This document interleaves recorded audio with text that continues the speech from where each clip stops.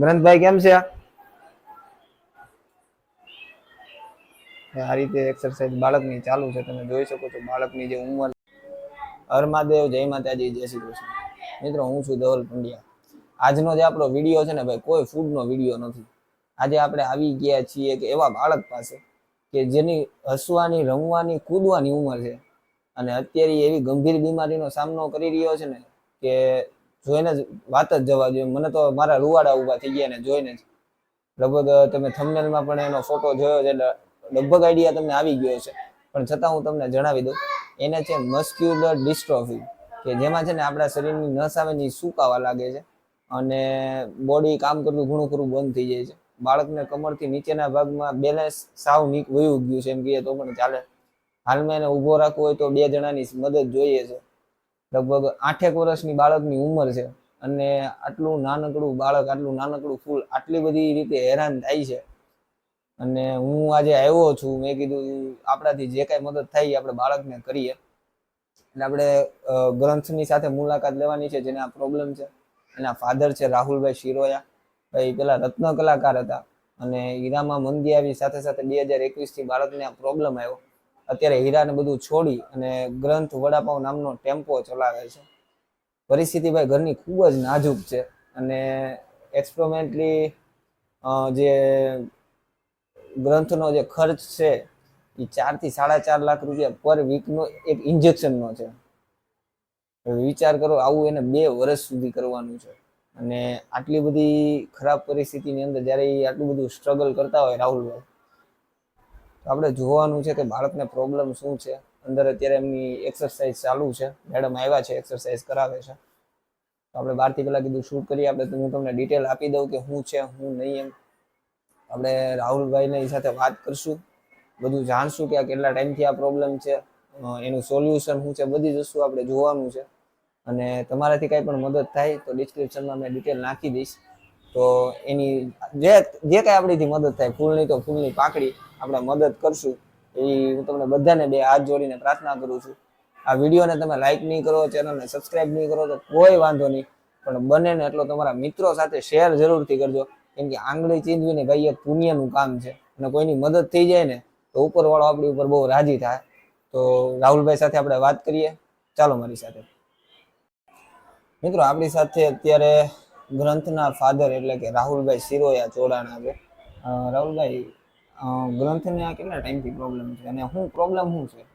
ગ્રંથને એક અત્યંત દુર્લભ ગંભીર બીમારી છે, જે લાખો લોકોમાં કોઈ એક વ્યક્તિને થાય છે અને એનો ખર્ચો કરોડોમાં છે. અને મસ્ક્યુલર ડિસ્ટ્રોફી નામની એક અત્યંત ગંભીર બીમારી છે, જેનો 2 વર્ષનો ખર્ચ અંદાજિત ડૉક્ટરનું એસ્ટિમેટ લેટર આપણી પાસે છે કે 5.5 કરોડની આસપાસનો ખર્ચો છે.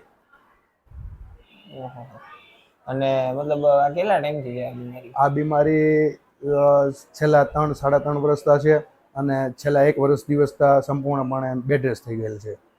બરાબર છે. અને ગ્રંથની ઉંમર કેટલી છે? ગ્રંથની ઉંમર 8 વર્ષની છે અને તે પોતે અત્યારે દવા ચાલુ કરી ડૉક્ટરની, ત્યાર પછી એને થોડુંક સારું છે અને તે અત્યારે સ્કૂલે બી જાય છે.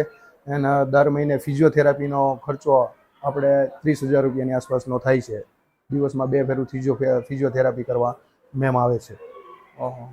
અને અત્યારે તમે કામ તો જે ગ્રંથ વડાપાઉં ચલાવો છો ને? હા, દિવસે વડાપાઉં, મસાલા પાઉં, ઘૂઘરા એવી વસ્તુ, અને રાત્રે 8 વાગ્યાથી રાત્રે 2 વાગ્યા લગી ભજીયા, લીંબુ ગોટા, ચકરી ભજીયા, પટ્ટી મરસા એવી વસ્તુ, ભજીયા ને એવું વેચીએ છીએ આપણે. ભાઈ, એક પિતા તરીકે રાહુલભાઈની પરિસ્થિતિને આપણે સમજીએ ને તો એક બહુ અઘરી વસ્તુ છે. કેમ કે પેલા તો રત્ન કલાકાર હતા, એમાં મેં જે કીધું એમ કે એમાં મંદી આવી ને બાળકને આ પ્રોબ્લેમ આવ્યો. એટલે આટલું બધું સ્ટ્રગલ કરવું, ઘર ચલાવવું, બાળકનો આટલો બધો ખર્ચો કાઢવો, સિરિયસલી આ બધી વસ્તુ છે ને આપણને બોલવામાં અને કહેવામાં બહુ સહેલી લાગે, પણ અત્યારે એમના મનમાં શું હાલે છે ને રાહુલભાઈને જ ખબર છે. કે બધું એડજસ્ટમેન્ટ કરવું, આખું ઘર સર્ક્યુલેટ કરવું બહુ અઘરી વસ્તુ થઈ જાય ભાઈ, સિરિયસલી. પણ આપણે જોઈએ કે ગ્રંથની હાલત કેવી છે. હું તમને બતાવું, આવો મારી સાથે.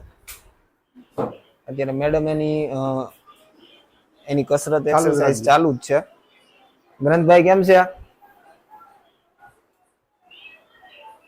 આ રીતે એક્સરસાઇઝ બાળકની ચાલુ છે. તમે જોઈ શકો છો બાળકની જે ઉંમર છે, મને તો જોઈને રૂવાડા ઉભા થઈ ગયા, કેમ કે આટલું નાનું બાળક હસવા રમવાની ઉંમરમાં આજે આ પોઝિશનની અંદર હોય ને, એટલે આપણને એમ થાય કે આ વસ્તુ. ગ્રંથભાઈ મજામાં ને ભાઈ? નહીં વાત કર ભાઈ.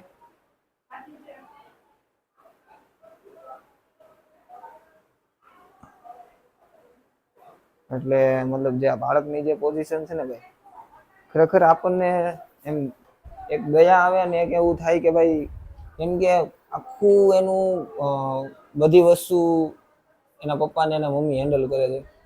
જમાડવાનું, એને દવા આપવાની, એને ચલાવવાનું, નવડાવવાનું, બધી જ વસ્તુ એના મમ્મી ને એના પપ્પા કરે છે. આપણે એમના મમ્મી સાથે પણ હમણાં વાત કરશું અને એના મમ્મીને પૂછીએ કે શું છે શું નહીં. એટલે ત્યાં સુધી આપણી સાથે બનેલા રહેજો, આપણે એના મમ્મી સાથે વાત કરીએ. મિત્રો આપણી સાથે જોડાયા છે ગ્રંથના મમ્મી. કેમ છો બેન? મજામાં. કેટલા ટાઈમથી છે બેન આ પ્રોબ્લેમ? હા, પ્રોબ્લેમ કેટલા ટાઈમથી છે? અત્યારે 8 વર્ષનો છું, 3.5 વર્ષનો થયો ને પછી આ પ્રોબ્લેમ થઈ એને. 3.5 વર્ષનો. અને અત્યારે બધી એની વ્યવસ્થા તમારે જ કરવી પડતી? બધી મારે જ કરવાનું, ઉચકવાનું, ટોયલેટ બોટેટ બધું એમાં જ કરે છે, બધું સાફ સફાઈ મારે. હા, બધી વ્યવસ્થા તમારે જ કરવાની, જમવાથી લઈને ટોયલેટ, નવડાવવાનું, બધી વ્યવસ્થા બધું મારે જ કરું. ઉચકીને હું લઈ જાઉં ને હું સાફ કરું એને. અને સ્કૂલે જાય છે અત્યારે? જાય છે અને વ્હીલચેર લઈને મૂકવા જાય છે. વ્હીલચેર સાથે મૂકવા જાય. એક માતા પિતા તરીકેની જવાબદારી હોય ને,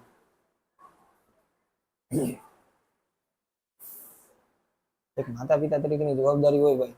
અને જ્યારે ઘરની પરિસ્થિતિ સિરિયસલી બહુ કન્ડિશન ખરાબ હોય ને, મારી લાઈફનો ફર્સ્ટ એવો એક્સપિરિયન્સ છે કે જ્યારે હું આજે કોઈના ઘરે આવી રીતે આવ્યો છું શૂટિંગ કરવા માટે, અને ફર્સ્ટ ટાઈમ હું આવી રીતે, અધરવાઇઝ છે ને હું ફોટા મંગાવી લઉં છું અને ફોટા પર હું રીલ બનાવી પણ આપું છું. આપણે ના નથી પાડતા, કેમ કે કોઈની મદદ થાય ને તો એ મને પણ એમાં પુણ્ય મળવાનું હોય છે, એટલે હું રીલ્સ બનાવી દઉં છું. પણ ગ્રંથની જે મેં હાલત જોઈને એટલે મેં પર્સનલી નક્કી કર્યું કે મારે આ જગ્યાએ પર્સનલી જવું છે, ગ્રંથને મળવું છે.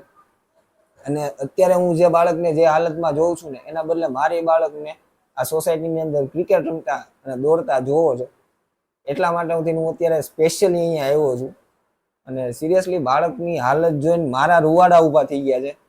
કદાચ તમે માનો ન માનો, પણ મારી ખરેખર આ મતલબ પહેલી વખત મેં આ વસ્તુ જોઈ છે કે કોઈ બાળક આટલી નાની ઉંમરમાં આટલી બધી પોતાના જીવન સાથે સ્ટ્રગલ કરી રહ્યો હોય. હું છે ને ડિટેલ તમને બધી ડિસ્ક્રિપ્શનમાં નાખી દઈશ. તમે નહીં તો તમારા મિત્રોથી કાંઈ પણ, ફૂલ નહીં તો ફૂલની પાંખડી, ભાઈ આપણાથી જે કાંઈ પણ મદદ થાય ને, બધાને બે હાથ જોડીને રિક્વેસ્ટ કરું છું કે જે કાંઈ પણ આપણાથી મદદ થાય ને પ્લીઝ મદદ કરજો. ખરેખર બાળક ખૂબ જ ખરાબ કન્ડિશનની હાલત મતલબ છે. અને બસ આ વિડીયોને બને એટલો શેર કરો, ગ્રંથ માટે ભગવાનને પ્રાર્થના કરો, કોમેન્ટમાં ભગવાનને પ્રાર્થના કરજો, અથવા તો દિલથી ભગવાનને પ્રાર્થના કરજો કે ગ્રંથ જલ્દી જ સાજો થઈ જાય, ફરીથી શેરીમાં ક્રિકેટ રમતો એના મિત્રો સાથે દોડતો હસતો કૂદતો થઈ જાય. અને અમારે રાહુલભાઈની જે કાંઈ પણ પ્રોબ્લેમ છે, ભગવાન મહાદેવ એને બધી જ પાર પાડી દે એવી ભગવાન મહાદેવને પ્રાર્થના.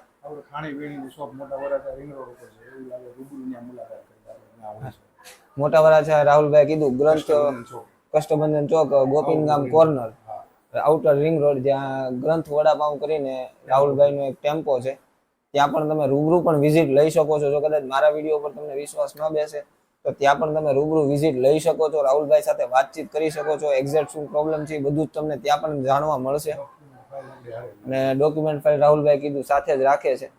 તો એક વખત મુલાકાત લેજો, વિડીયો શેર કરજો તમારા મિત્રોની સાથે, તમારા ફેમિલી સાથે. ભગવાનને પ્રાર્થના કરજો, હું પણ પ્રાર્થના કરું છું, તમે પણ પ્રાર્થના કરજો કે ગ્રંથ જલ્દી સાજો થઈ જાય, દોડતો થઈ જાય, કૂદતો થઈ જાય. હર મહાદેવ, જય માતાજી, જય શ્રી કૃષ્ણ.